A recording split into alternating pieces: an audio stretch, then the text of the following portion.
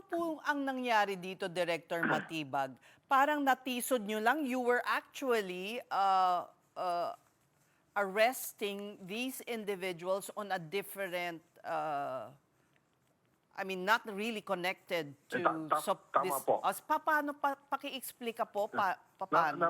na, napakahirap naman po na production to. No? Wala naman sigurong papayag po na tao na makukulong pa ng no bail for qualified human trafficking. Hindi po ba? Kahit siguro anong halaga, hindi mo ipagpapalit yung kalayaan mo. So hindi po mahirap yun. So ganito po nangyari dyan. Nasa radar na po namin tong individual na to, sinusundan namin. Until finally nagkaroon po ng pagkakasa ng entrapment.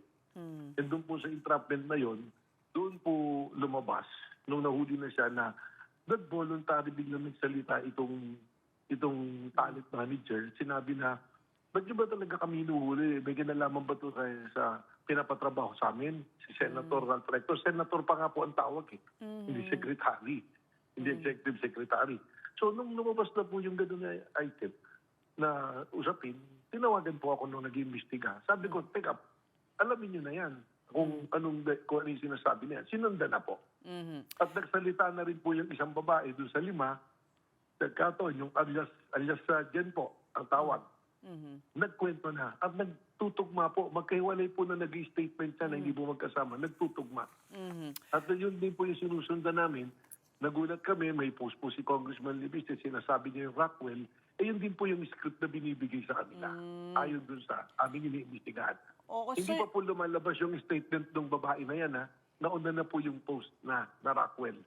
Ayun. So, there are instances na kailangan po namin imbestigahan para magbigay linaw. And let me be very clear po, Ma'am Ces. Kung mapatunayan namin nagsisinungaling po itong tao na ito, hindi lamang sa human trafficking na sa pananagutin, kundi tutulungan po natin si Congressman Parsat, si Congressman Libis, na dapat managot po sila. Paano po Bakit kung po hindi sila sila sumipot sa sabina? Sabi po nila, makikipagtulungan sila. The only way na makapagbigay linaw ka is sumarap ka doon sa proseso. Sabi nila, magsasalita sa tamang panahon, sa tamang proseso.